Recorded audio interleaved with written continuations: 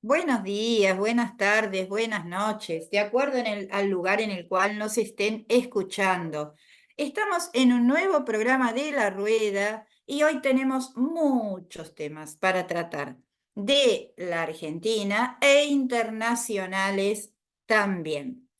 Pero antes que nada vamos a darle la bienvenida a Claudio Maraviglia, que va a formar parte de nuestro equipo estable.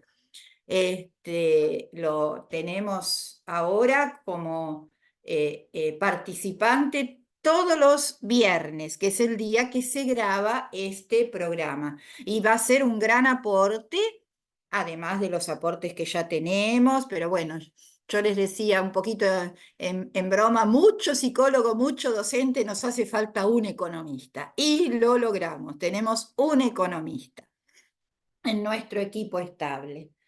En cuanto a nuestro país, el 9 de mayo hemos tenido un paro general con alto acatamiento y en diputados se ha votado la ley bases, ha pasado a comisión en el Senado, ya sale de comisiones en el Senado.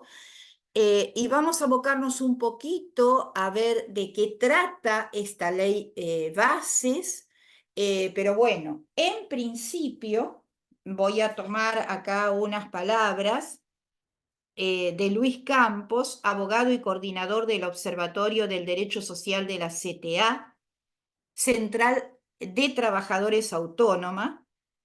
Por ejemplo, les da herramientas a los empleadores para despedir personas sin ningún costo, o uno muy bajo en ciertos casos, por una caída en la actividad económica.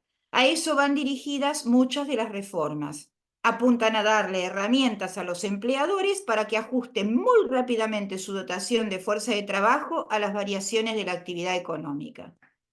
Las más extremas de todas es la creación de la figura del trabajador independiente, que se rige por una relación entre autónomos y no por una relación de dependencia.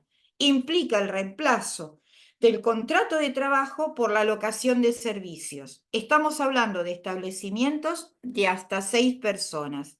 En los hechos es volver a la regulación vigente del siglo XIX. Es decir, se elimina toda figura laboral. No hay vacaciones, no hay aguinaldo, ni licencias de ningún tipo y tampoco organización sindical. Esta ley le da muchas herramientas a los empleadores para que despidan, para que descarguen sobre las espaldas de las trabajadoras y los trabajadores las incertidumbres sobre las variaciones de los cambios en el ciclo económico. Con lo cual, si vamos a un escenario donde la economía crece, los empleadores van a tener herramientas para contratar rápido, barato, sin mayores compromisos y por el contrario, si la economía cae, van a poder despedir prácticamente gratis. Bueno, es un resumen yo tomé esto como para comenzar a conversar sobre esta ley. Pero estaría muy interesante que Claudio, que Walter nos comenten cuáles son las medidas en el plano que afectan a los trabajadores, que afectan a los jubilados y que afectan a las riquezas nacionales, la entrega del patrimonio nacional. Bueno, le damos las palabras a ellos, a ver si Claudio querés comenzar a detallarnos para que la gente entienda de qué se trata esta vuelta al siglo XIX. Bueno, diría que estas leyes están todas articuladas. Eh, se trata de dejar un sector importante de la población en una situación de subsistencia mínima, de un nivel muy bajo de ingresos, este, una subeconomía, que serían al estilo de los países más atrasados y pobres, porque lo que pase con lo laboral es permitir que las empresas vinculadas al mercado interno, si se achican, achicar el empleo. Por otro lado, toda la ley base tiene la parte componente, que es la ley de reforma previsional, la ley de reforma laboral y lo que se llama el régimen, perdón, que siempre, el RIGI, que siempre me olvido qué significa. Eh, régimen de incentivo para grandes inversiones. Entonces están articulados y a su vez esta articulación está vinculada a lo que demanda el Fondo Monetario Internacional, que obedece a las necesidades de las economías imperialistas. Veamos,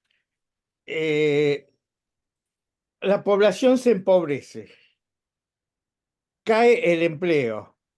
La subsistencia va a ser en base a la pequeña producción, a la venta callejera, van a tener poco ingreso, van a ser, digamos, como una economía como para la población en general, como la de Perú, una comparación como la de Perú, que hay pequeñas producciones caseras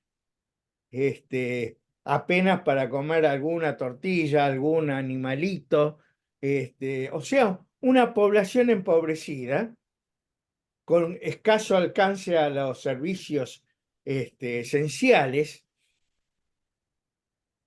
una medicina de control de la población, control de salud de la población, nada más, y la educación va a caer. Pero principalmente todo esto es una disminución del costo laboral, una enorme disminución del costo laboral, directo e indirecto.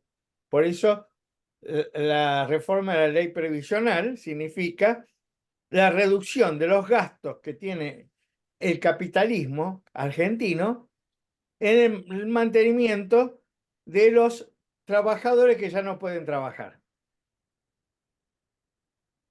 Entonces, si no se aportan, si se aporta menos para las jubilaciones, las empresas ganan más.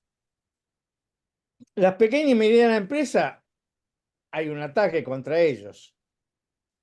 La ley base, aparte, significa la apertura a las importaciones. Va a haber dos casos. El caso de pequeñas empresas que pueden seguir compitiendo porque los costos argentinos, en caso de los salarios, van a ser bajos. Productos que no se pueden traer, actividades económicas que no se pueden traer del exterior. Por ejemplo, educación, asistencia médica, etcétera. No puede haber del exterior, no se pueden importar. Eso van a quedar.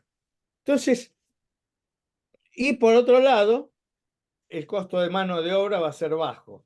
Eso va a permitir que un sector de las pequeñas y medianas empresas subsistan, queden. Pero en general, las grandes inversiones que pretende el gobierno tener en el país son en los sectores extractivos, minería, petróleo, el sector, ¿cómo se llama? Eh, los sectores eh, son los sectores que que van implícitamente a ser por esta ley impulsados, son el de gas, petróleo, minería y sector agropecuario. Todos ellos son sectores que no tienen ningún alcance respecto a la contratación de mano de obra. ¿Eh? Hay poco ingreso, poca mano de obra que se emplea en estos sectores. Y todos ellos están beneficiados, el RIGI beneficia a todos estos sectores con, podemos poner acá, yo tengo anotado, que, se benefician de, de exenciones impositivas, permiten la importación de todo lo que necesiten, permiten la salida de sus ganancias libremente, permite que las ventas que hagan en el exterior, por ejemplo, de litio, de productos mineros, puedan ser cobrados acá o en el exterior. O sea, directamente está vinculado a una forma de explotar todas las riquezas del país en beneficio de las empresas en el mundo. Esto contrasta con lo que está sucediendo en el mundo. Aquí la libertad avanza en el hecho de que hagan lo que quieran las empresas extranjeras. Vengan, inviertan y saquen los productos que necesitan, pero los productos primarios. La gran patronal argentina, los Bulgeroni y todos los que se reunieron en el Liao Liao, en el foro de Liao Liao, donde estuvo el presidente hablando y diciéndole que pueden hacer cosas legales e ilegales, por ejemplo, el lavado de dinero. Y la ley de base también permite, o sea, va a ser poco riguroso con los que estén lavando dinero. Hagan trampas, dijo no paguen impuestos. Decía en el foro de Yao Liao el presidente. Y esta ley está justamente en el límite para permitir todo eso a las grandes empresas, las grandes inversiones que podrían venir. Y hay una articulación internacional. Brasil, en vez de ser liberación, es subsidio y participación del Estado en la industria, fuertemente, para las inversiones en el desarrollo industrial. Caso contrario de lo que pasa en Argentina. En Estados Unidos, el candidato fuerte es un candidato proteccionista y de intervención estatal, Donald Trump, que es el admirado por Milei. ¿Se entiende? Mire, ¿qué significa esto? Que Europa también tiene un montón de programas de intervención del Estado en la promoción y en el impulso de la industria. Entonces, Milei dice, aprovechemos eso, hagamos negocio como socios menores, porque vamos a ser los proveedores de aquellas industrias. Eso es en el plan de Milei en la base, en la ley de bases. El plan de Milei es que el productor de productos agrarios, de alimentos para los trabajadores en el mundo, de productos mineros, del litio, del gas y el petróleo, sea para las industrias que están desarrollando, protegidas y subsidiadas por el Estado en cada uno de los países principales en el mundo. Y aquí se libera todo y en eso está la gran patronal, la gran burguesía argentina, viendo cómo es el socio menor de todo eso. Ese es el plan, lo que está en el contenido en la base en la ley de las ley de bases, que no me acuerdo cómo es el título porque es muy largo. ¿Se entiende cómo es el asunto? Hay una razón de proveer al exterior. En la moral de muchos de las patronales, en la visión moral, dice, va a haber un derrame. Todo esto va a haber un derrame sobre la población.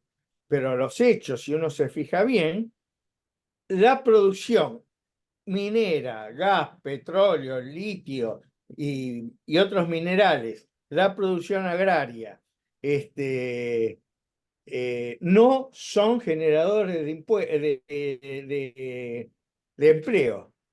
La otra cuestión es que si hubiera necesidades del mercado interno, por ejemplo, si hubiera compra nacional, que es lo que se va a sacar, la ley elimina el compra nacional, las grandes inversiones tendrían que proveerse lo máximo posible de lo que se fabrica en el país.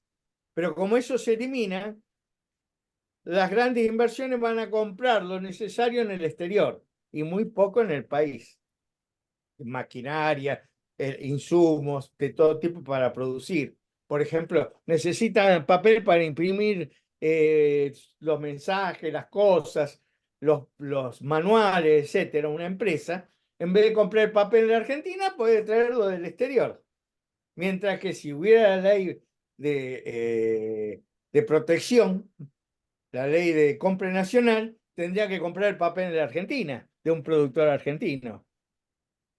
Entonces, el empleo indirecto que generaría las grandes empresas extractivas sería muy poco. Perdón, un segundo. Ya está. Perdón, ¿no? Voy a cortar esto. Me están Bueno, llamando. no te preocupes, Claudio, el panorama has hecho una composición de lugar, se ha entendido muy bien. Me gustaría recalcar, digamos, para nuestros oyentes, cuando escuchen RIGI, ¿qué quiere decir? Régimen de incentivo para grandes inversiones. Y en la Exacto. práctica, ¿qué quiere decir?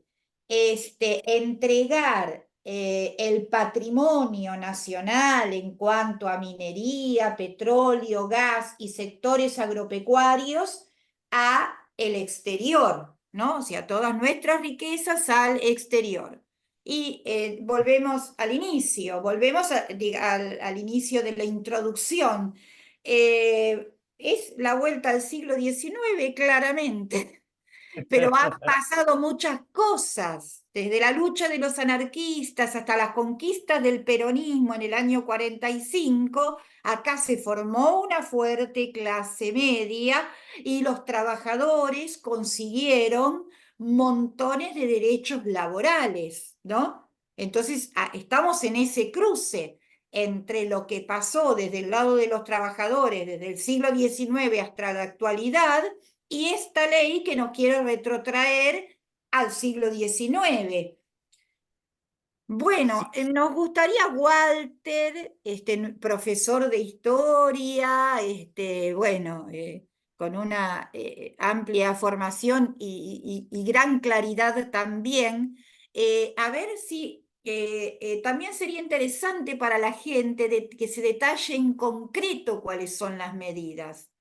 De repente, por ejemplo, para las jubilaciones, las una señora que en general, no todas, pero tienen una jubilación más baja que los maridos porque se han dedicado a las tareas de la crianza y a las tareas del hogar que son invisibles y no pagas, hasta la fecha, cuando su esposo fallecía, se cobraba la pensión del marido y entre la pensión y la jubilación, más o menos se podía subsistir.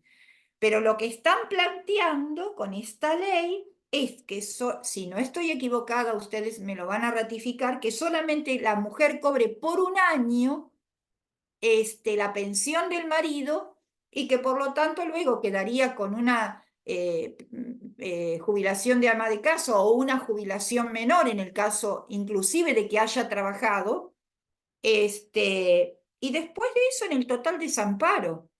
¿No? Esto ataca muy fuertemente a las mujeres. porque las mujeres dedican mucho tiempo de su vida a la crianza y a las tareas domésticas, y las dejaría. Yo me imagino ese panorama. En la tercera edad, luego de fallecido el marido, un año y volver a buscar algún trabajo para subsistir.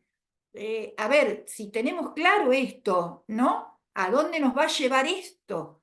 Eh, bueno, a ver, Walter, te damos la palabra. Bueno, primero, bienvenido Claudio acá al staff de La Rueda. Bueno, es un gusto que nos esté acompañando. Primero sí, contestarte que efectivamente es así y todavía más. Quiere eliminar las famosas moratorias en las jubilaciones. Es decir, quiere convertir las jubilaciones en una ayuda social. Es decir, busca la eliminación completa de las jubilaciones y convertirlas en un plan social, en alguna ayuda social que dependa siempre del gobierno de turno. Pero antes de adentrarme a la ley bases, yo quiero hacer por lo menos una advertencia a los que nos están escuchando. Mientras estamos hablando de la ley bases, está pasando el DNU. Es decir, el DNU ya tiene casi 6 meses. El corazón de la estrategia del gobierno de Milei es el DNU. ¿Sí? Por supuesto que derrotar la ley bases va a ser un durísimo golpe para el gobierno, pero hay que decir que, digamos, el principal sostenimiento de esto del déficit cero que él muestra es el DNU, porque entonces acá vemos la complicidad de estos regímenes, de los distintos partidos políticos, del régimen político, que le permiten a Milei, es decir, en vez de impugnar, llevar una impugnación al Congreso, le están permitiendo que corra el famoso DNU, ¿sí? Donde declara servicio esencial una gran cantidad de actividades económicas, entre ellas la docencia. Bueno, dale, o sea, el DNU sigue corriendo. El otro punto que yo quería sostener es sobre la reforma laboral, que muy bien fue explicado, bueno, por vos y por Claudio. Eh, pero es una reforma laboral que en realidad ellos quieren más reforma. Es decir, esto es apenas un 10% la entrada, digamos, a un plato más grande de la reforma laboral que ellos realmente quieren poner. Y esto incluso lo ha expresado Milei, lo han expresado los medios, que Milei no estaba de acuerdo con lo que se estaba votando y que Pichetto y otros del bloque opositor le dijeron, mira que esta es la reforma laboral que consensuamos con la CGT. Es decir, no cambies un punto, no cambies una coma, porque esto es lo que consensuamos. ¿Me entendés? Es decir, el gobierno quiere más reforma. Esto es apenas el primer nivel, si se quiere. Es decir, después de esto viene una reforma todavía mayor, pero deja en evidencia esta anécdota que estoy contando, deja en evidencia la complicidad también de los sindicatos, ¿sí? En que efectivamente han pactado esta reforma laboral porque finalmente cuando se aprobó, creo que fue un día martes o miércoles, la ley base estuvo media sanción en diputados, había que esperarla con un gran paro general. Ya ese mismo día tendría que haber un paro general. Y ni hablemos cuando la ley entre en el Senado. Es decir, no se puede estar discutiendo, no es lo mismo discutir teniendo el país trabajando normalmente que discutir la ley bases con un paro general. Hay que ver si se animan a votar teniendo todo el país paralizado y con las pérdidas millonarias que las cámaras patronales dijeron que en el día de ayer tuvieron, porque el día de ayer, para los que nos están viendo y son de otros países, hubo un paro general acá y se estiman pérdidas millonarias, lo cual eso también te revela quiénes son los que realmente producen la riqueza en un país. Es decir, que son efectivamente los trabajadores. Se calculan pérdidas por casi 2.000 millones de dólares la Cámara Comercial de Estados Unidos en Argentina. Es decir, no cualquier entidad. ¿Sí? Y lo mismo se hablan de los puertos en Rosario, que por ese día de paro que no pudieron descargar, perdieron varios miles y miles de millones de dólares, porque aparte de eso se les suman las multas que se pagan. Entonces yo quiero decir estas dos cosas, ¿no? Primero, que corre el DNU. Segundo, la complicidad de los sindicatos, ¿sí? Y que este famoso déficit cero que él dice que muestra con tanta rimbombancia, es un déficit absolutamente mentiroso. Porque como ya han dicho varios economistas, no le ha pagado a nadie. Es decir, el Estado no le pagó a nadie. Es como si uno dijera, yo este mes ahorré, pero no pagué la luz, no pagué el gas, no pagué el alquiler, y entonces pude ahorrar tanta cantidad de plata. Bueno, eso no es ahorro, eso es deuda. Ahora, lo que nadie dice es a quién le debe. Primero, que nos debe 6 meses a los docentes, porque nos sacó el incentivo docente. Segundo, le debe 6 meses a los jubilados. Y tercero, le debe 6 meses a los estatales por el no aumento salarial que se está negando, digamos, a dar, y que en el mejor de los casos ha dado un aumento paupérrimo del 6% a los estatales. Y ni hablemos de los jubilados. Entonces, es un déficit mentiroso, porque aparte el gobierno ha estado imprimiendo miles y miles y miles de millones de pesos, uno, para poder pagar las deudas, y dos, para poder comprar dólares. Es decir, que si tomamos lo que él dice, que la inflación es un fenómeno monetario porque se le da la maquinita, este gobierno le ha dado a la maquinita sin ningún tipo de pudor, en función de pagar las deudas y en función de comprar los dólares. Por lo tanto, el esfuerzo que estamos haciendo como sociedad, se nos dice que hagamos un esfuerzo para poder salir de la crisis, y seguramente mucha gente se está ajustando y dice, bueno, pero después de esto vamos a salir. Y hay que decirle a la gente que no, de que este esfuerzo es en vano, porque se está imprimiendo miles de millones de dólares nada más que para otras, de pesos, perdón, pero nada más que para otras cosas. Y yendo a la ley bases, para no irme de tema, lo que deja en evidencia es que todo el aspecto político y empresarial coinciden en que la salida de esta crisis tiene dos aristas. Uno, pulverizar la mano de obra, superexplotar al trabajador, explotarlo a no más poder y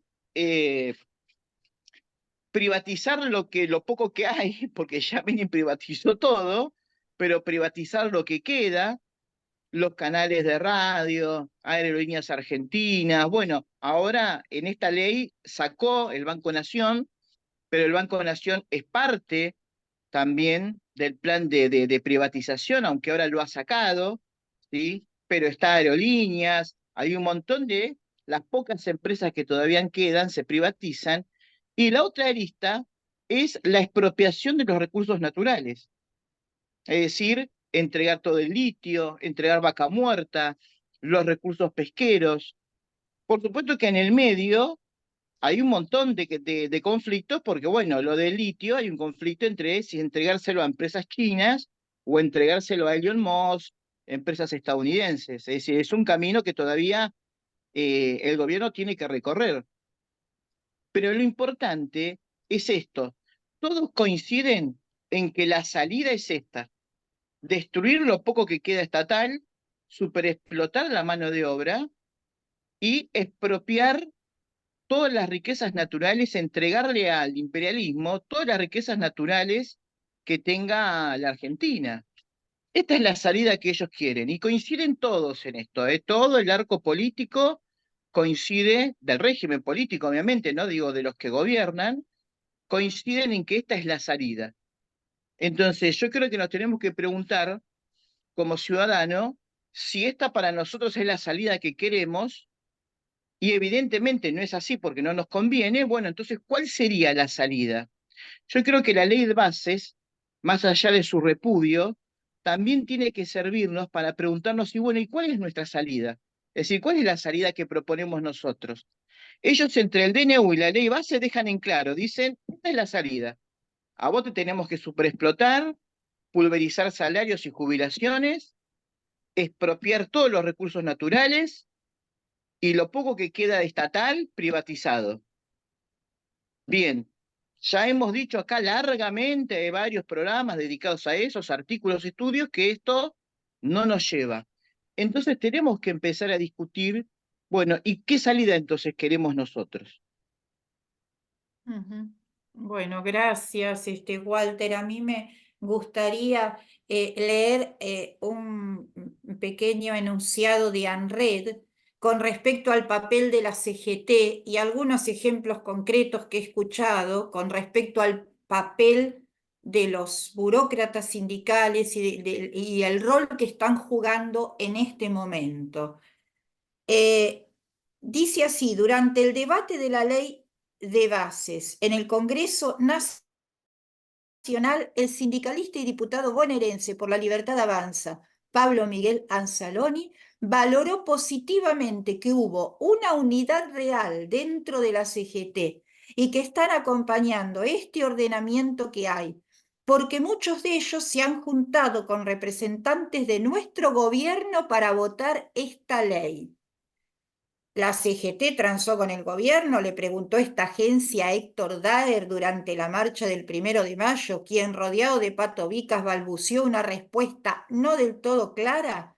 En el proyecto de ley de bases, que ya tiene media sanción en la Cámara Baja, el sindicalismo logró quitar la limitación de las cuotas solidarias, un recurso clave para mantener la caja sindical.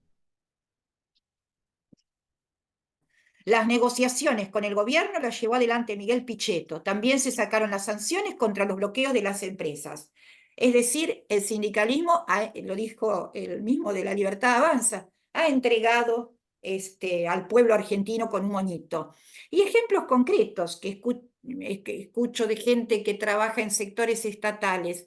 ATE, por ejemplo, a gente del CONICET, le dice: vamos nosotros, los representantes, ustedes no vayan porque los van a echar.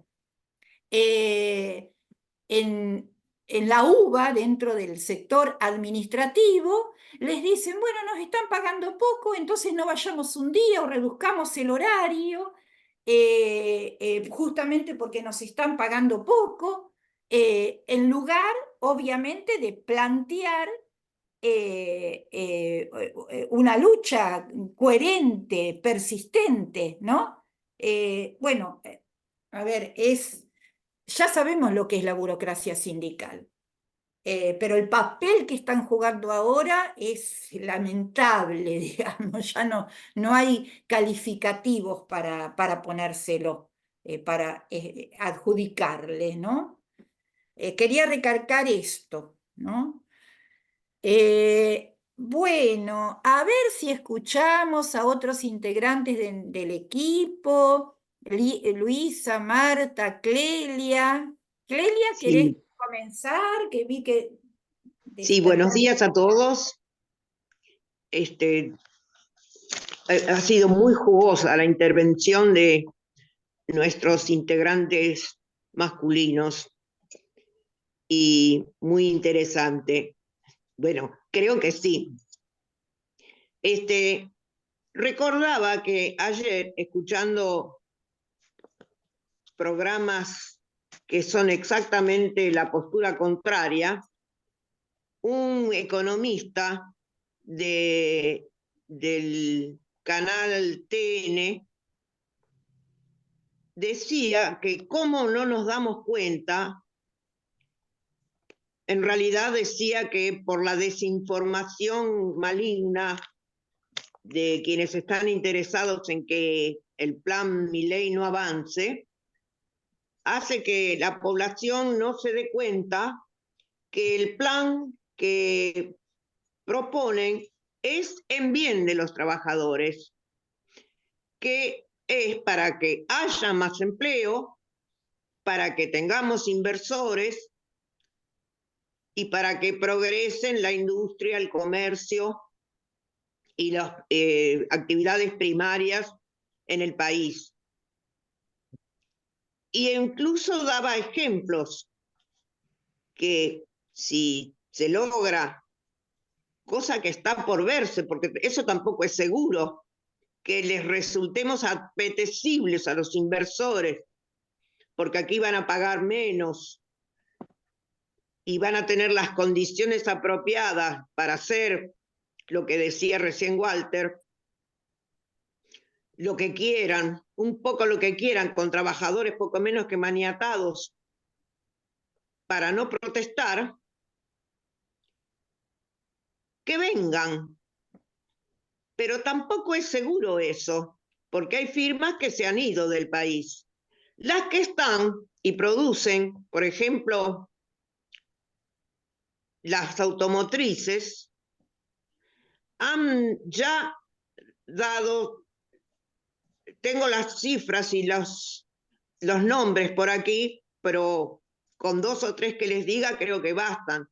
Tanto la Ford como las, ¿cómo se llama esta firma de coches francesa? En fin, varias automotrices. O Peugeot. Renault o Peugeot. Sí, a Peugeot. Han licenciado trabajadores, han adelantado las vacaciones y no dan más horas extras y han quitado algunos turnos de trabajo porque no pueden vender la producción que tienen, dada la recesión en que estamos. Y eso que los automóviles no son para las clases más pobres. Es decir, combinando lo que escucho con lo que hemos aprendido aquí, veo lo falaz que es el tipo de información que dan, desinformación vamos a llamarla, que nos dice que qué equivocado estaba el paro general de ayer, por cuanto en realidad lo que se quiere es favorecer el trabajo. Es muy importante el tipo de programación de canales importantes de la televisión y de la radio, porque también recorro la radio, aunque hay muchos programas que nos dan las verdaderas dimensiones de lo que está sucediendo, hay otros programas que no, y son muchos también. De manera que se confunde a la población con semejante desinformación y dada con tanta énfasis. Eso sí, ponen el acento en algo que todos sabemos y lo hacen muy inteligentemente, en el sentido de que los dirigentes sindicales antiguos, algunos hasta de 40 años, 39, 38 años frente a los sindicatos, de ninguna manera viven como trabajadores. Son gente que ha medrado dirigiendo trabajadores y ellos son como potentados, les muestran los coches y demás. Pero eso no agota el problema que tenemos. Evidentemente nos hacen falta dirigentes obreros y dirigentes de gente de campo también, que sean honestos y realmente representen a la gente de trabajo que tendrían que representar, poniendo el acento en la mala representación que tienen la gente de trabajo, logran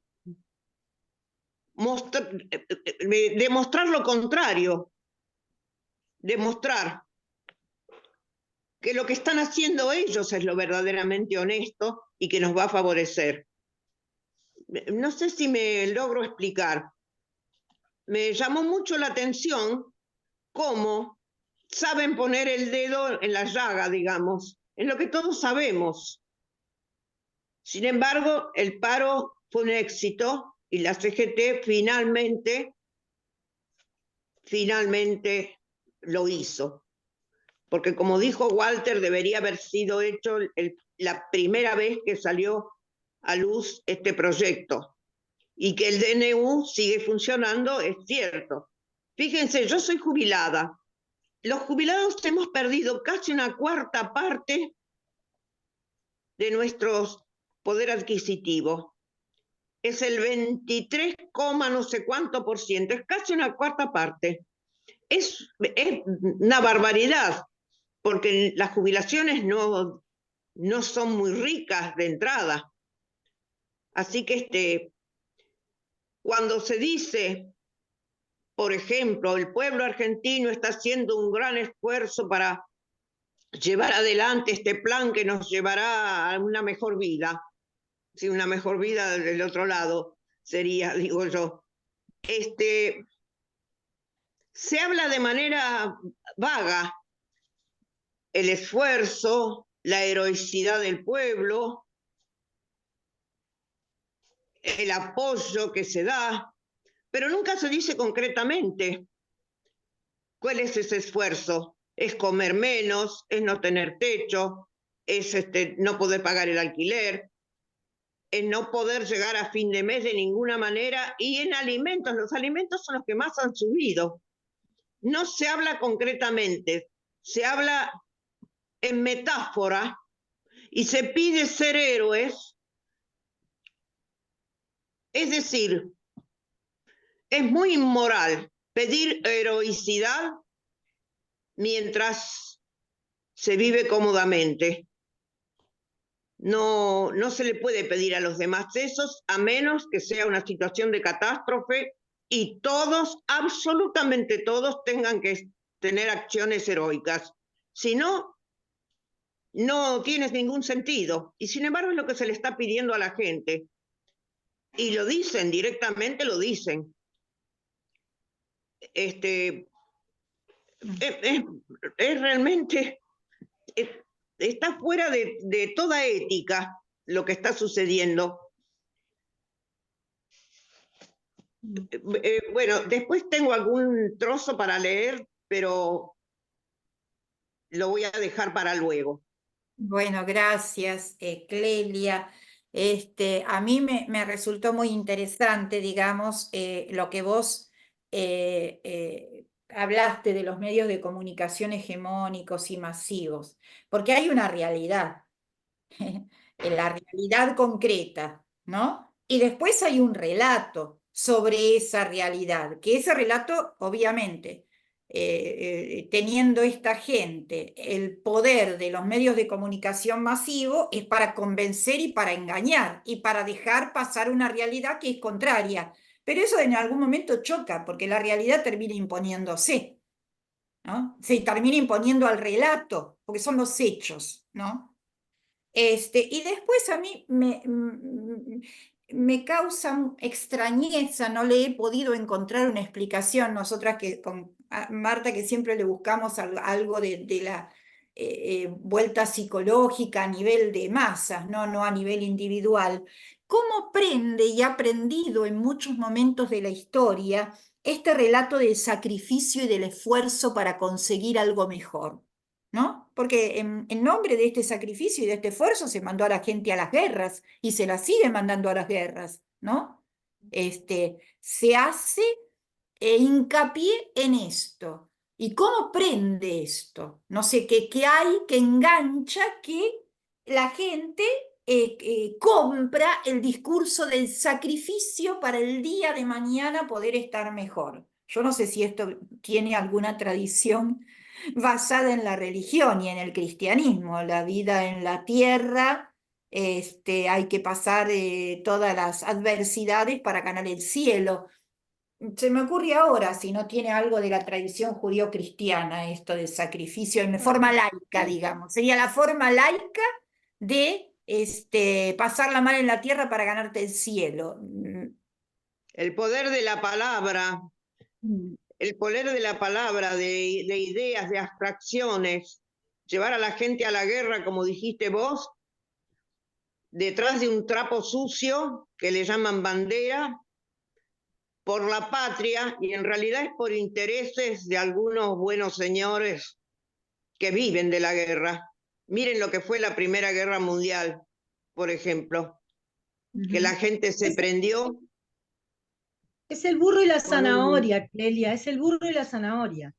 O sea, Sí, la gente que es pobre sabe que haciendo un esfuerzo puede salir de esa situación. Entonces, eso lo cree.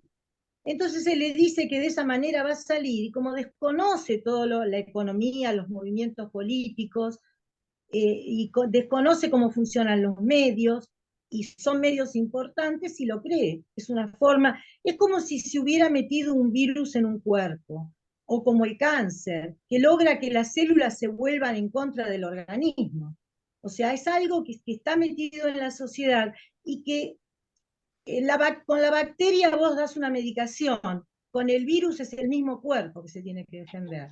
O sea, la gente tiene que tomar conciencia de lo que está pasando. Ahora, la pregunta que yo me hago es, ¿qué pasa con esta gente y qué pasa con los políticos que, a pesar de que esto los perjudica también, porque a la larga los perjudica porque van a vivir en un país destruido, no pueden enfrentar la situación y no se pueden defender? No pueden. Me imagino un cuerpo enfermo, ¿no? Un cuerpo enfermo que no se puede defender. ¿Qué es lo que está pasando? ¿Qué se puede hacer? ¿Cuál es la solución? ¿El medicamento?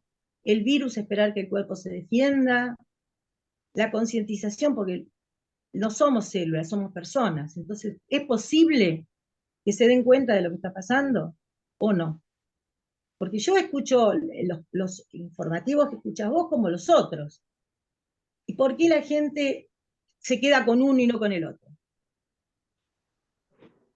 Algo pasa, porque encontrarse con el otro es más triste, es más doloroso.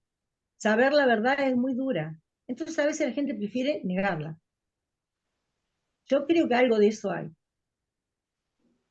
Bueno, gracias, Marta. Escuchamos a Luisa y tal vez estaría, a ver, porque me parece que hasta ahora con el DNU, la ley de bases, es una lucha muy defensiva, ¿no? Pero me quedé con la pregunta de Walter, ¿cuál es nuestra salida? La salida del lado de los trabajadores, de los jubilados, de las mujeres, de las minorías. ¿Se podrá empezar a pensar esto de cuál es nuestra salida? Después lo abordamos en una segunda ronda. Y bueno, después queríamos también que Luisa tiene ahí unos videos para luego de la segunda ronda sobre la situación de las universidades en el mundo, en Europa y en Estados Unidos, y también sobre lo que está sucediendo con la ciudad de Rafa en Gaza, ¿no? Que nos parece muy importante no dejarlo pasar, porque son acontecimientos que sucedieron en el transcurso de la semana.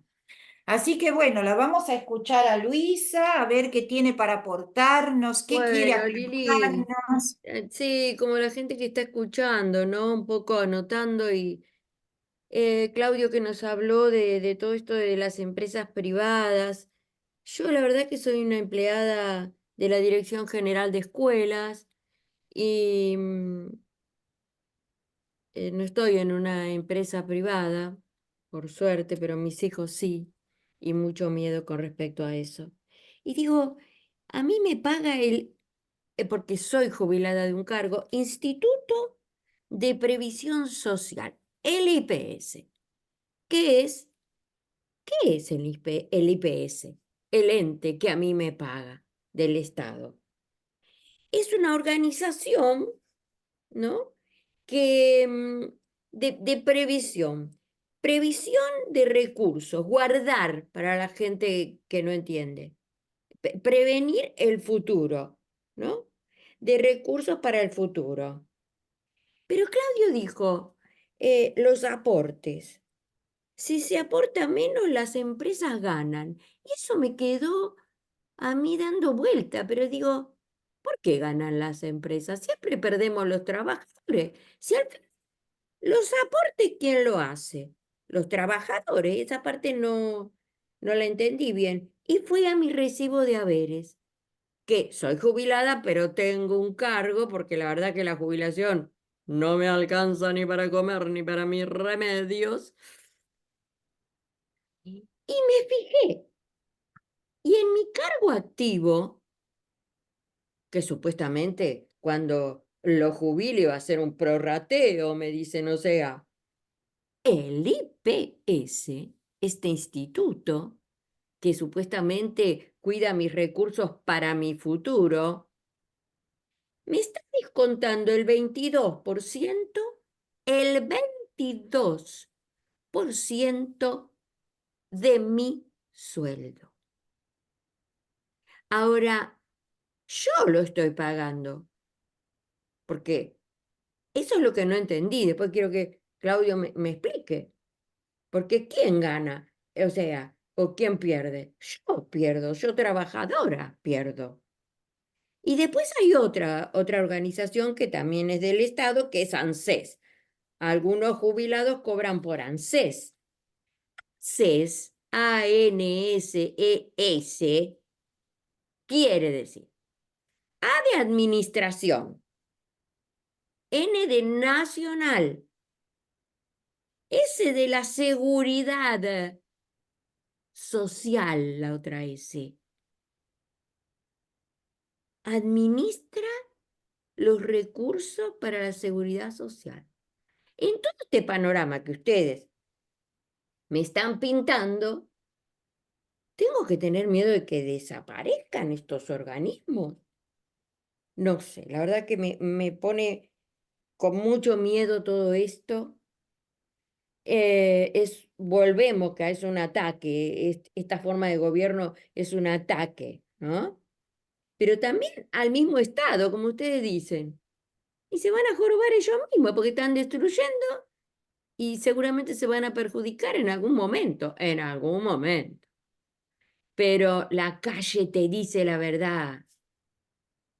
La calle te dice, anda, yo salgo a comprar y la gente se pelea entre sí.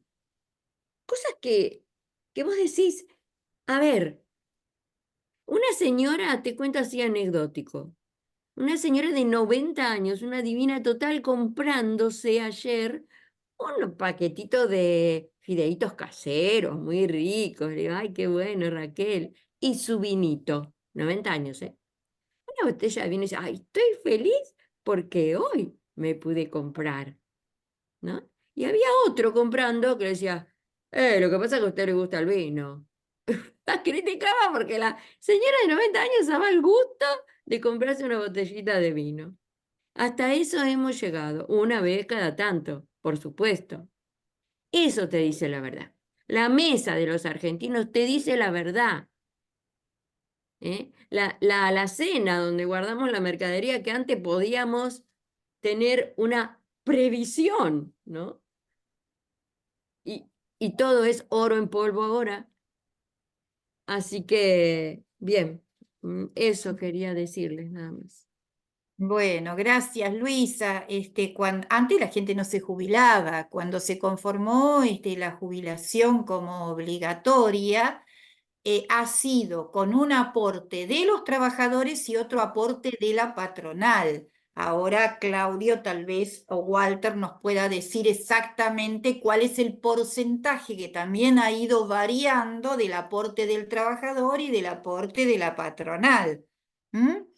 Y lo que quieren ahora intentar hacer con esta ley es reemplazarlo por una jubilación al estilo de la UOCRA, de los trabajadores de la construcción, en donde tenés una libretita y ahí el trabajador va aportando todos los meses y solamente aportaría el trabajador, o sea que él mismo se pagaría su propio, bueno, esto es en el caso de los despidos, él mismo se pagaría su propio indemnización. Es otro tema, me corrí para el lado del tema de las indemnizaciones y de los despidos. Y bueno, y lo mismo sucede cuando se creó el sistema de obra social. Se descuenta un porcentaje al trabajador que es solidario, que se usa tanto por el que está enfermo, por el que no está enfermo, ¿no? O sea, va a una caja solidaria, por eso es que siempre se paga lo mismo, no es que vos pagás más si estás más enfermo y no pagás si no estás enfermo. Bueno, ahí a ver si, digamos, nos pueden dar una manito con el tema de los porcentajes y demás, pero quería, digamos, comentar cómo se conformó el sistema de jubilaciones, cómo se conformó el sistema de las obras sociales, y bueno, y lo otro es el tema de las indemnizaciones o los despidos, ¿no? Que también está en cuestionamiento en este momento y que los están queriendo modificar. Bueno, a ver si, cómo ven los compañeros y las compañeras la perspectiva, digamos, de lo que va a pasar en el Senado con esta ley. Como dice Walter, el DNU está vigente y si tal vez, aunque sea en lo que se les ocurra más inmediato, se puede empezar a pensar cuál es la salida del lado de los trabajadores, de los jubilados, de las mujeres, de las minorías, ¿no? Porque, a ver, ellos tienen claro cuál es su salida. Ahora hay que ver si la pueden implementar o no, pero que la tienen clara, la tienen clara. Súper explotar Pero al va a salir la ley, ¿eh? Yo creo que va a salir, porque tienen contado que son algo así como 37 a 38 y va a desempatar la señora Villarruel. Tienen convencidos a todo el mundo. Ellos anoche que estuve escuchando estos programas que estuve comentando, tienen bien clarito que los gobernadores necesitan esta ley. Necesitan esta ley porque además eso sí que es presión, así como dicen que los demás extorsionan y presionan haciendo un paro, ellos presionan y extorsionan a los representantes del Senado, que son de las provincias, porque necesitan la plata en las provincias, necesitan la plata para pagar a sus empleados, a sus docentes, a todo el mundo, y a sus obras si es que tienen que hacer alguna. Y entonces tienen muy contados, poroteado, como dicen ellos, cuánto les falta. Les faltarían 1 o 2 votos nada más. Yo creo, desgraciadamente, que la ley sale en el Senado. No sé qué piensan los demás. Bueno, gracias, Clelia. A ver si qué le parece a Claudio. A mí me había quedado por comentar esto. Ellos tienen claro cuál es la salida, lo dijeron los compañeros: superexplotar al trabajador, privatizar lo poco que hay y expropiar los recursos naturales. Bueno, ¿y nuestra salida cuál es? ¿Y qué va a pasar con este DNU y con esta ley? A ver si Claudio puede empezar a tirar algo con respecto a esto. Hay varias cosas, no sé si voy a poder desarrollarlo. Primero, con respecto a los aportes patronales a la jubilación. Si yo tengo una empresa que vendo 100 millones por mes de productos y tengo un costo de 60 millones, de los cuales 50 millones de pesos son de aportes para patronales para la jubilación, si el Estado me permite no pagar más esos aportes, yo voy a tener entonces, vendiendo a 100 millones, un costo de 550 millones, porque el resto lo que aportaba a la ANSES, el aporte patronal. Entonces mis ganancias aumentan de 400 millones a 450 millones.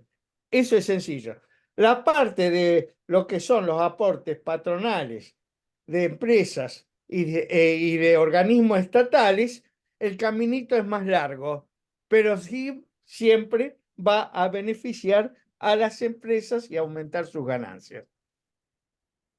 Por otro lado, la salida. Decir una salida es abstracto. ¿Cuál es la salida? Es abstracto.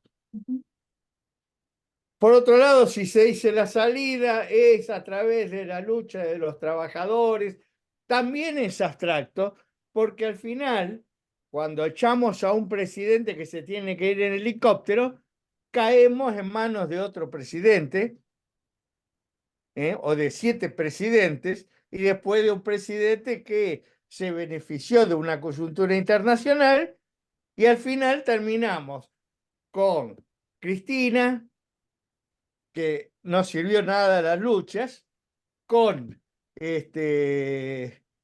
Macri, que también hubo luchas y cayó por la votación, y al final Fernández, y después otra vez Milei. Y todos fuimos empeorando, todos empeoramos. Entonces, para concretarlo, lo que necesitan las luchas es también una dirección política que no sea un partido de la patronal, que no sean los grandes partidos patronales, un programa, una organización que sea políticamente basado en las luchas de los trabajadores, pero tener ese programa y tener esa y formar en los trabajadores que se formen una dirección política con un objetivo claro. Esa es la salida. Ujú. Bueno, Podemos gracias. citar cuál es ese programa. Lo Ujú, dejamos para otra cuestión. Y por último, una cuestión académica. ujú. El dinero, la inflación no es por emisión monetaria. La emisión monetaria es porque se desvaloriza la moneda. Y entonces, como tiene menos valor la moneda, para comprar productos que mantienen su valor, necesitan emitir. Primero la desvalorización y después, punto. Los dejo y quedas. Bueno, no nos preocupemos por el tiempo, creo que Marta se tiene que retirar, pero la rueda tiene 2 horas ahora, así que bueno, ¿algún comentario, Marta, antes de retirarte? Y ya te despedimos. Y me preocupa lo que están planteando, cómo salimos de la situación, y estamos en manos de lo que hagan los senadores en este momento, la elección que hagan, pero también estamos en manos de que cada uno se concientice.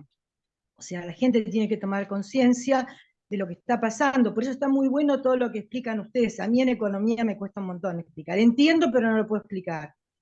Pero sí me parece bárbaro que expliquen para que la gente tome conciencia y que se den cuenta de lo que está pasando.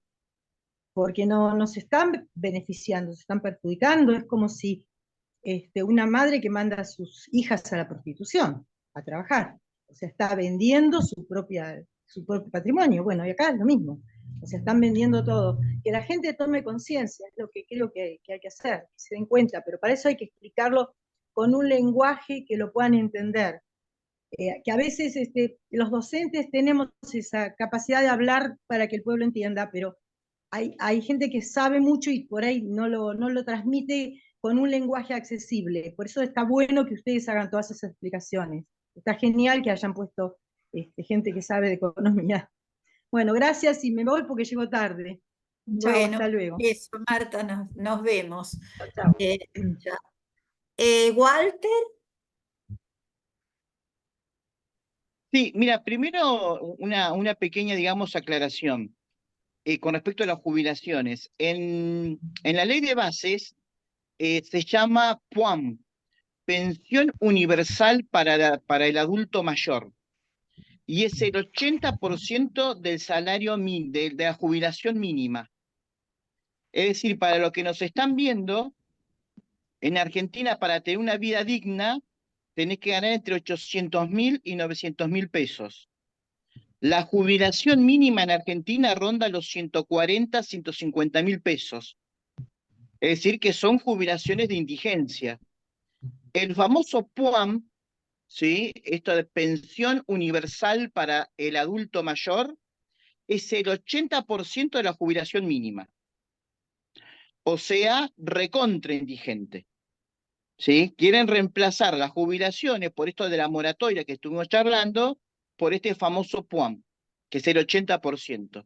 Ahora, podemos estar hablando de los 300 artículos que tiene la ley bases y desmenuzar uno por uno. Y sin embargo, seguramente podríamos hacerlo muy largo el programa y quizás del otro lado nos impugnen, bueno, pero ustedes no quieren que haya inversiones en el país. ¿Cómo sale el país adelante si no hay empresas, no hay inversiones?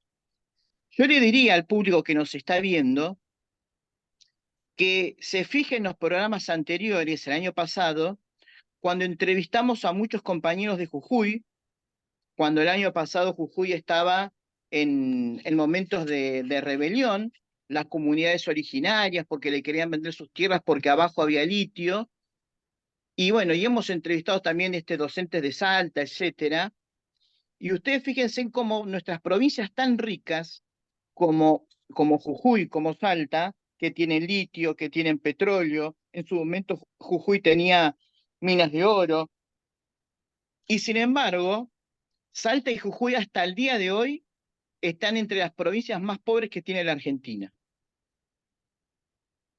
Entonces, la extracción de recursos tiene que ver, bueno, pero cómo se extraen esos recursos y qué le queda al país de la extracción de esos recursos. Dicho esto, quería decir esto para hacer un pequeño paréntesis. Vuelvo, digamos, al interrogante que vos hacías, Lili. ¿Cuál sería la salida? Bueno, evidentemente yo tengo cuál es mi salida y seguramente los que estamos acá tenemos alguna idea. Siempre lo mejor es que discutamos, que haya un diálogo con los laburantes y que podamos hacer juntos la experiencia. Es decir, y no quedarse como, bueno, uno viene desde arriba y decir, este es el plan, ¿me entendés?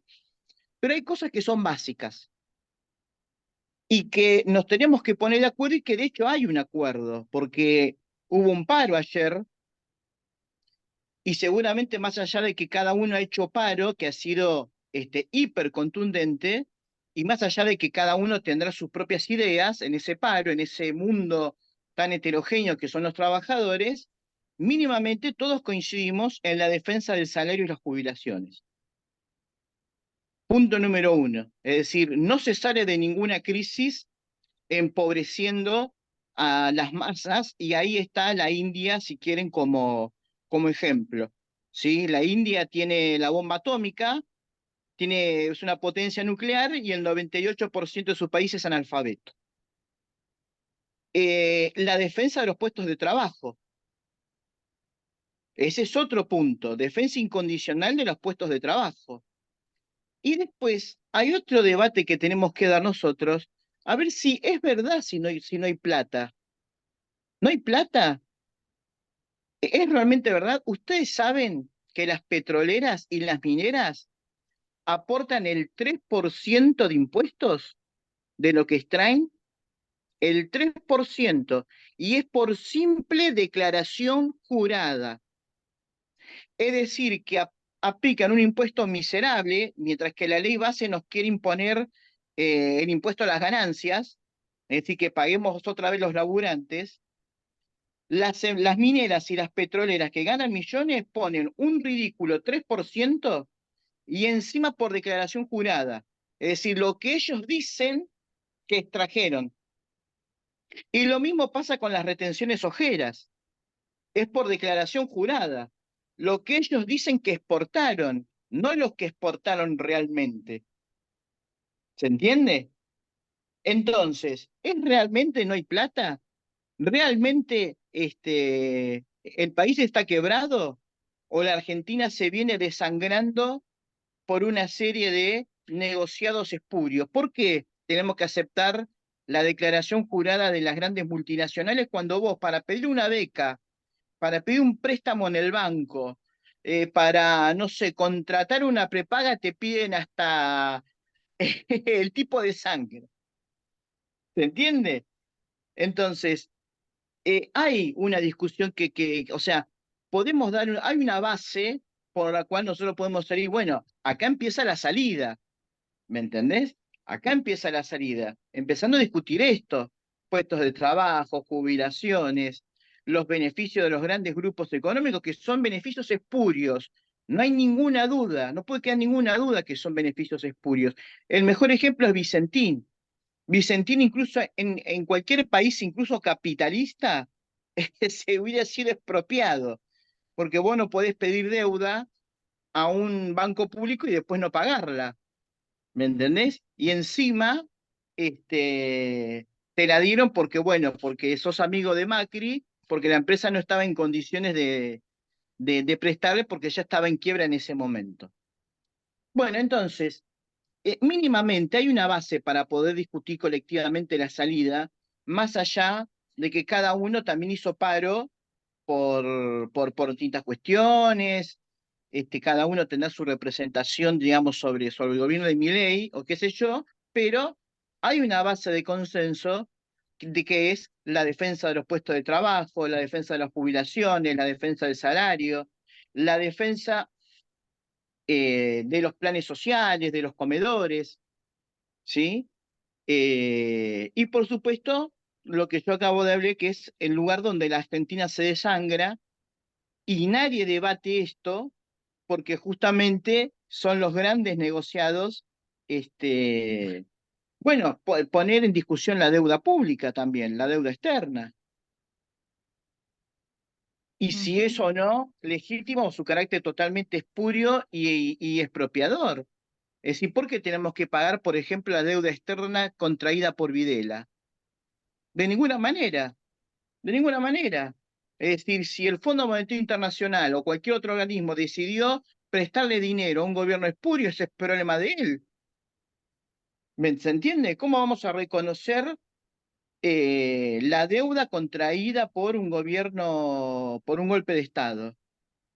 ¿Se entiende? Entonces, estas cosas hay que ponerlas en discusión. Y más allá de que después, bueno, hay un montón de aristas, yo creo que podemos ponernos de acuerdo por lo menos en estos puntos. Gracias, Walter. Y este es otro relato, que no hay Con plata, que el respecto a la país deuda está externa, quebrado. perdóname, Espera un Liliana, poquito, espera un segundito. Ya te cedo la palabra. no está bien. Este es el otro relato, digamos, esto de que el país está quebrado y siempre se le adjudica al gobierno anterior y que no hay plata, ¿no? Es otro relato que tanto se difunde y tanto se machaca y los medios hacen tanto hincapié en esto que, bueno, la gente termina creyendo, bueno, y toda la campaña antikirchnerista, más allá de lo que haya pasado con el gobierno anterior, pero que bueno, que sirve para justificar o asentar este relato también. Perdón, Clelia, ahí te cedo la palabra. No, Querías... no, por favor, Lili. No, le quería aportar a Walter que con respecto a la deuda externa, una de las primeras cosas que se dijo cuando subió Alfonsín es que se iba a investigar la deuda fraudulenta adquirida por un gobierno que fue un golpe militar. Y nunca se llevó a cabo. Esa investigación no se hizo jamás, ni se puso demasiado acento en eso. Debería haberse reclamado una y otra vez con insistencia, pero no se insistió. Todavía no sé por qué, porque le interesaba no solamente a un grupo, le interesaba al país entero. Sin embargo, esa deuda misteriosamente se incrementó y se recontraincrementó hasta que hoy es una cosa impagable. Si esa deuda no se puede pagar, lo sabe todo el mundo. Bueno, gracias, Clelia. Sí, es como vos decís, era uno de los eslogan que muchos se repetían en las movilizaciones y en la marcha, la investigación de la deuda externa y el no pago de la deuda externa. En el 83, 84, 85 fue así en Argentina. Bueno, a ver, Luisa, si querés agregar algo más. Y luego tenemos unos videitos, porque para pasar un poquito al plano internacional, que no podemos dejar de soslayar esto, el próximo programa, si no hay ningún inconveniente, nos va a acompañar Norberto Malaj para presentar su libro Marxismo y Sionismo, y también Alan Chokler para desarrollar el tema de lo que está sucediendo en Gaza, que él es el especialista que nos acompaña cuando tenemos que hablar de la guerra de Rusia y Ucrania o del genocidio en Gaza. Pero bueno, para la audiencia, brevemente, lo que ha pasado en esta semana es que en el sur de Gaza, en la ciudad de Rafah, se están alojando 1 millón de personas, corridas de otras ciudades de Gaza. El ejército israelí intimó a que se retiraran esta cantidad de personas, las que han podido se han retirado, y el ejército israelí ha invadido, ha bombardeado esta zona y ha ocupado el cruce con Egipto. Paralelamente a este acontecimiento, bueno, con un genocidio que ya ronda las 35.000 personas, entre ellos cantidad de mujeres y cantidad de niños, está ocurriendo un fenómeno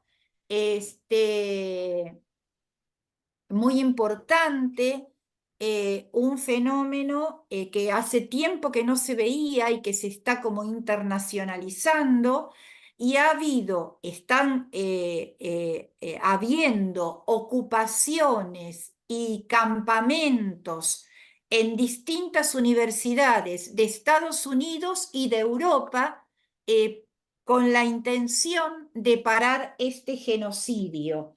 Estas tomas de universidades se están realizando en Oxford, en Cambridge, en la Universidad Complutense de Madrid, en la Universidad de la Comunidad Valenciana, Barcelona, Euskadi, Sevilla, Granada, Alicante, en Francia, en Alemania, en la Universidad de Berlín, en Australia, en los Países Bajos. Bueno, y está tomando una dimensión ante la ineficacia de todas las medidas de los organismos internacionales como las Naciones Unidas o la solicitud de algunos gobiernos de que Netanyahu y el Estado de Israel pare con este genocidio en Gaza.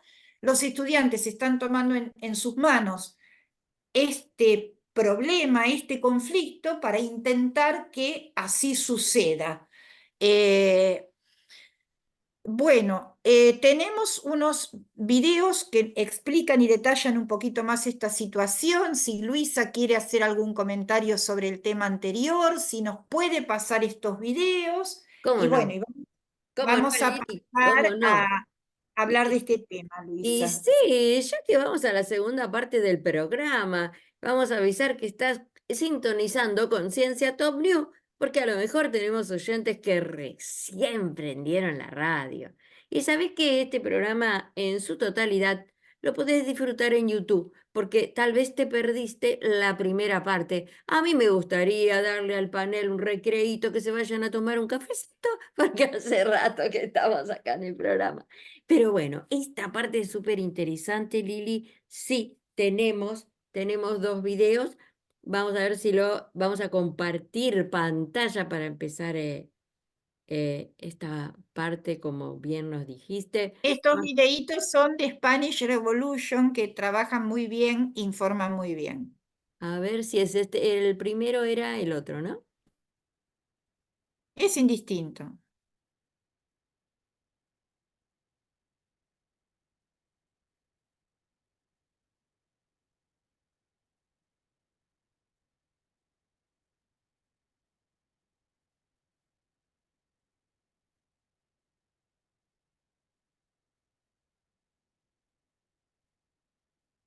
No nos sale el sonido, ¿eh?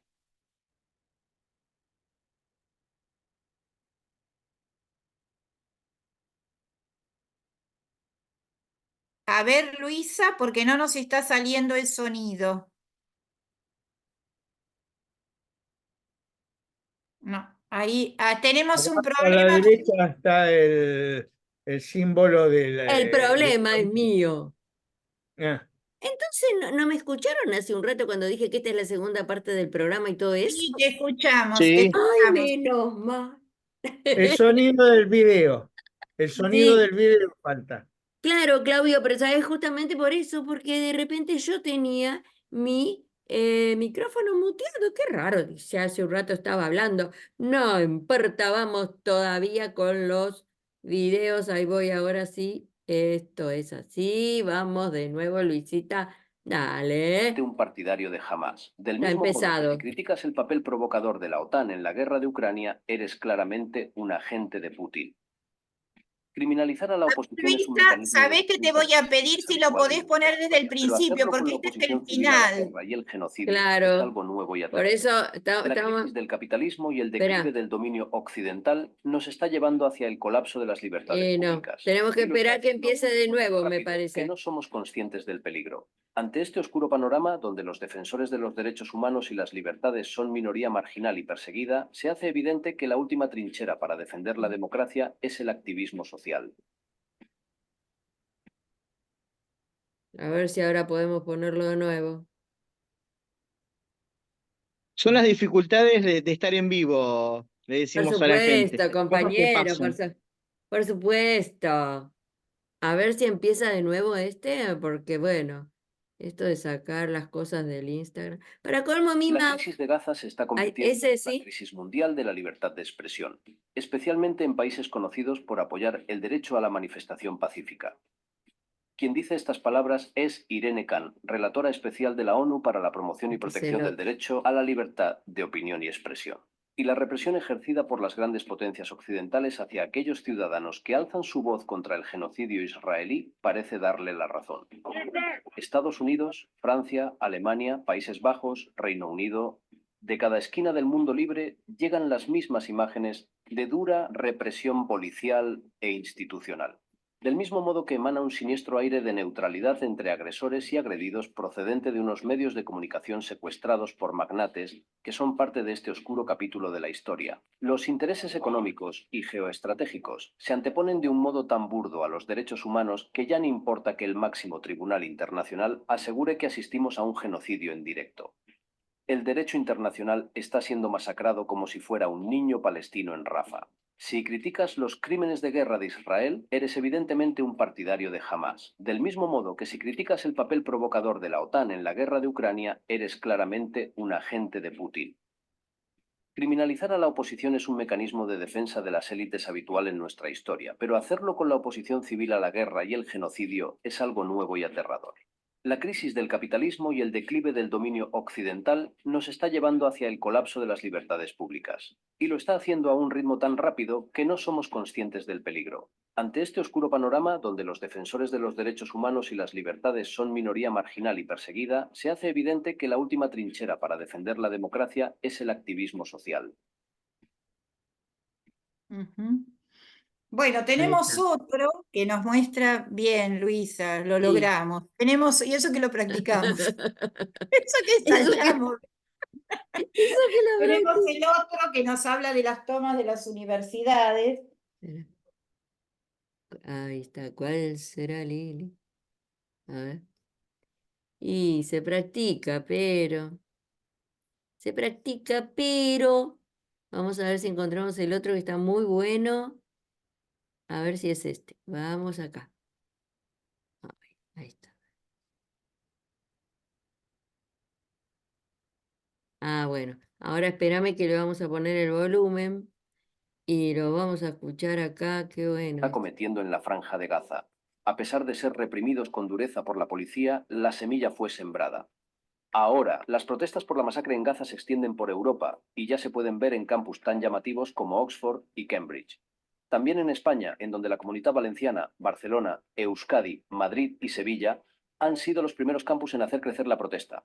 Los manifestantes son claros. Exigen a sus rectorados y al gobierno que rompan con Israel. Y exigimos condena del genocidio que está perpetrando el Estado de Israel. La ruptura de relaciones con las empresas que tienen vínculos con el Estado de Israel, se lucran con el genocidio en Palestina y hacen negocio con la guerra. El cese de todos los vínculos académicos, diplomáticos y comerciales con el ejército, tanto estadounidenses como español. En donde los gobiernos se muestran equidistantes, los estudiantes son bandera contra la injusticia. Todo nuestro apoyo. Bueno, gracias, Luisa. Estas manifestaciones exigen a sus rectorados y al gobierno que rompan con Israel y han conseguido algunas cuestiones con respecto a esto, ¿no? Ahora cuando las encuentre se las leo. Pero bueno, me parecería importante que pudiéramos hacer algunos comentarios con respecto a este tema, dado que es una crisis importantísima a nivel humanitario, y recalcar esto, digamos, este relato también con el cual están luchando en Europa y en Estados Unidos los estudiantes, que es que los reprimen acusándolos de antisemitas y acusándolos de pro-Putin, ¿no? Este es el discurso que se esgrime para reprimir y para evitar que estas movilizaciones se masifiquen y para evitar que las movilizaciones a favor de la paz, en el caso de Ucrania y de Rusia, y a favor de parar el genocidio en Gaza, puedan triunfar y desarrollarse, ¿no? Así que bueno, nos gustaría ya para ir cerrando escuchar cuál es la opinión de los distintos componentes del equipo con respecto a este tema y lo desarrollaremos más en extenso con nuestros invitados el próximo programa. Claudio. Sí, es muy interesante también explicar que acá en las universidades de Buenos Aires y en distintas universidades nacionales, en sus principales salones, se despliega la bandera de los palestinos, la bandera de Palestina. En las movilizaciones que hubo de estudiantes, también muchos llevaron bandera de Palestina. También se hicieron actos acá en Argentina frente a las embajadas. Algunas fueron inaccesibles por el vallado, y la solidaridad con el pueblo palestino surgieron de muchos sectores. Respecto a cómo se disimula o se impide o se engaña a la gente respecto al genocidio israelí, también en Argentina los principales medios de televisión y radio plantean que no es Israel contra el pueblo palestino, la destrucción y el genocidio, sino que es una guerra simplemente contra un grupo terrorista del Hamas. Por ejemplo, yo escucho muchas veces a Marcelo Longobardi, que disfraza el genocidio de Israel sobre el pueblo palestino, diciendo que es el Hamas, que están buscando los del Hamas, y que es una guerra contra el Hamas y no contra el pueblo palestino. Y esconde y disimula eso. Por ejemplo, es un ejemplo nada más. La otra cuestión es bueno, no, con respecto a este tema es muy importante que acá en la Argentina se tome en forma más fuerte la defensa del pueblo palestino, porque tenemos este gobierno apoyado, su gobernabilidad por todos los partidos, es un gobierno que está a favor, Milei, el gobierno de Milei está a favor de los genocidas y apoya a los genocidas y hace campaña pública a favor de Israel a nivel mundial. Entonces tenemos que ser conscientes de que tenemos aquí un cómplice del mayor crimen en este periodo del siglo XXI, Ujú. que es Gracias, la ley. Claudio. Sí, Gracias. yo creo que es interesante que vayamos desnudando cuáles son los discursos para desmovilizar, para reprimir, para enganchar a la gente. Y bueno, es esto como vos dijiste, ¿no? Esto de presentarlo como una lucha contra un grupo terrorista, el terrorismo internacional, bueno, el antisemitismo, ¿no? O estar a favor de Putin. Quería lo que estaba buscando hace un ratito, pero ¿qué es lo que consiguieron hasta ahora los estudiantes con esa lucha? Han conquistado Eslovenia, lanza el proceso de reconocimiento de Palestina y España e Irlanda anuncia que lo harán. El claustro de la Universidad de Barcelona ha aprobado una moción de apoyo a Palestina que exige a los órganos de gobierno romper relaciones con universidades, institutos de investigación o empresas israelíes. Bueno, es lo que van logrando con esta lucha unificada en distintas universidades de Europa y de Estados Unidos. Walter, ¿te escuchamos? Sí, primero y principal decir que esta lucha de los estudiantes universitarios en Europa, pero sobre todo en Estados Unidos, que es masivo, es una bocanada de aire fresco.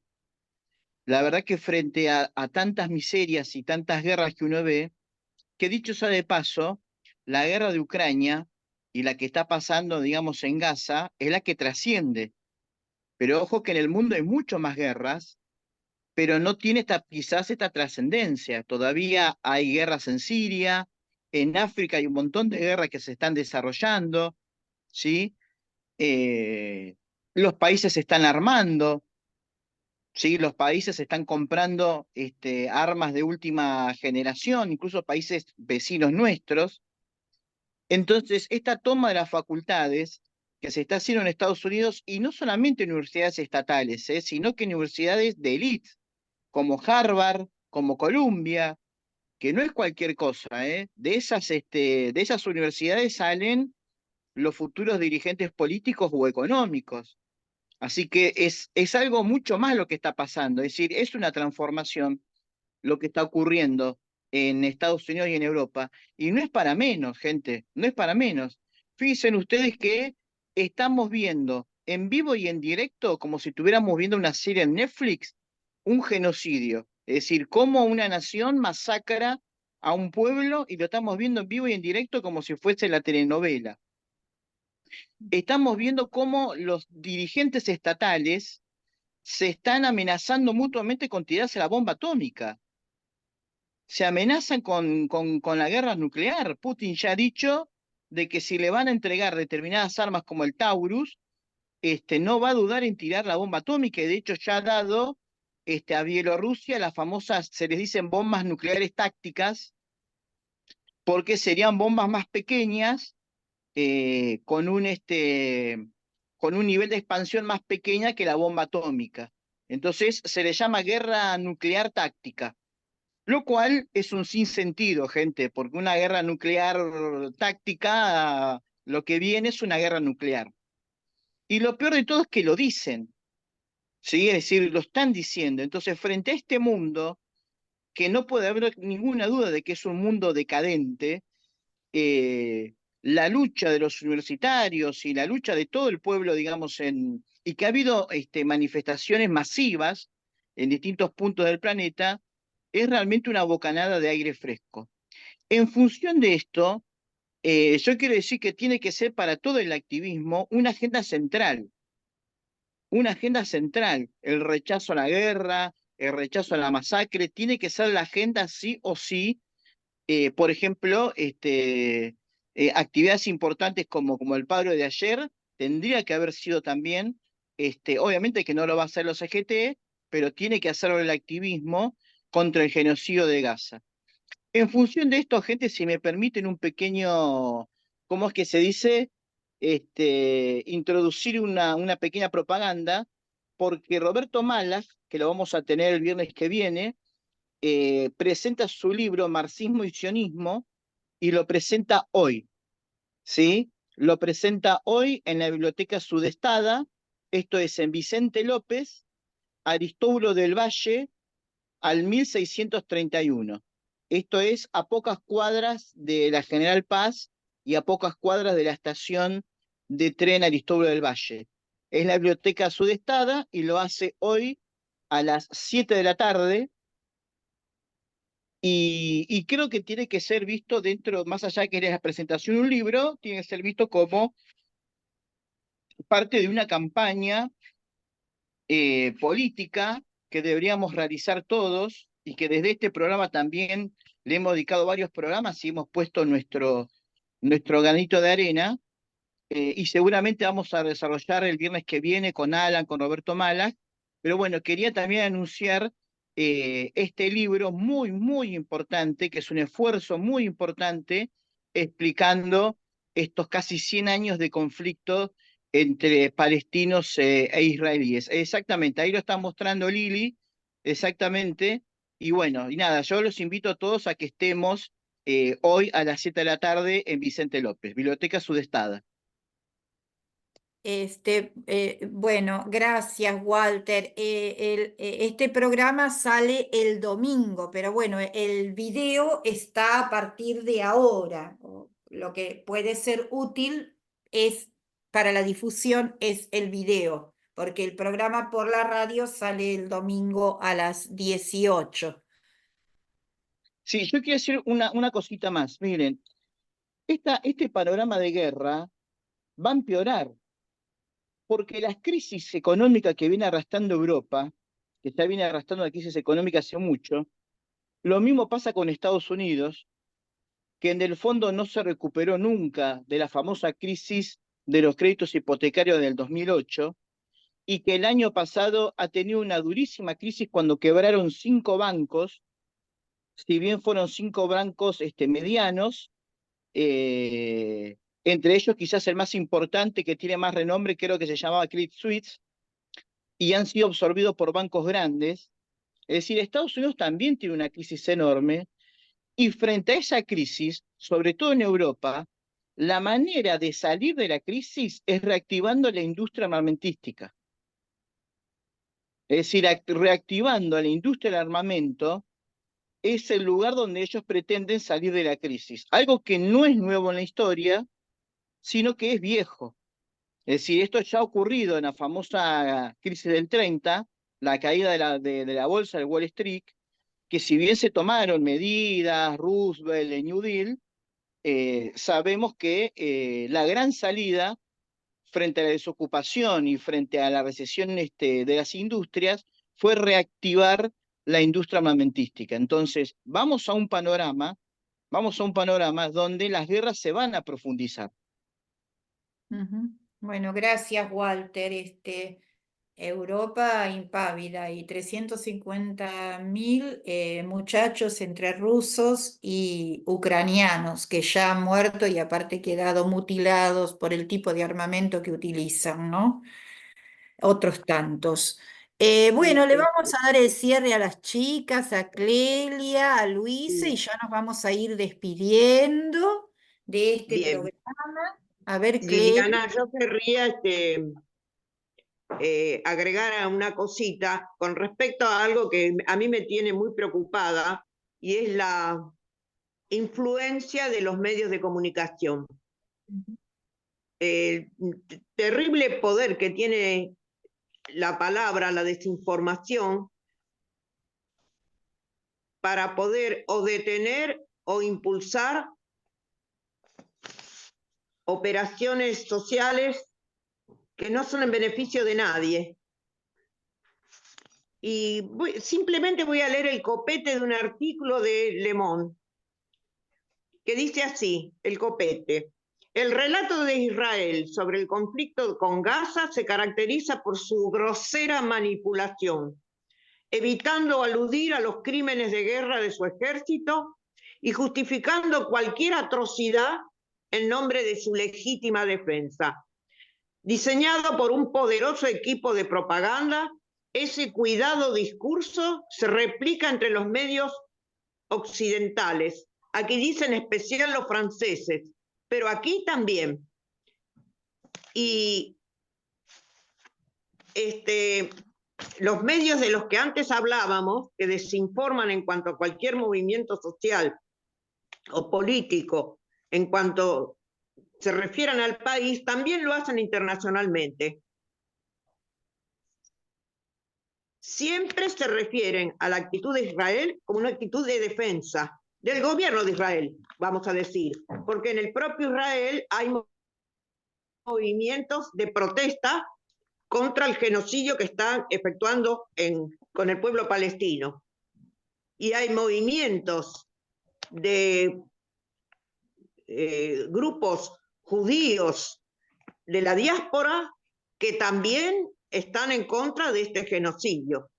Así que es no equivocado, malintencionado acusar de antisemitas a los que están contra esta guerra, que no es una guerra, es un genocidio contra un pueblo inerme. Lo que están ahora haciendo, bombardeando a refugiados, es de una vergüenza internacional que no me explico cómo se puede permitir. Pero bueno, todo lo que ustedes están contando acerca de los movimientos universitarios da optimismo, ¿no? Quería agregar eso y cuánto hay que pensar acerca de lo que nos dicen. Mismo en Israel. En cualquier sentido. Bueno, muchas gracias a todos. Buenos días.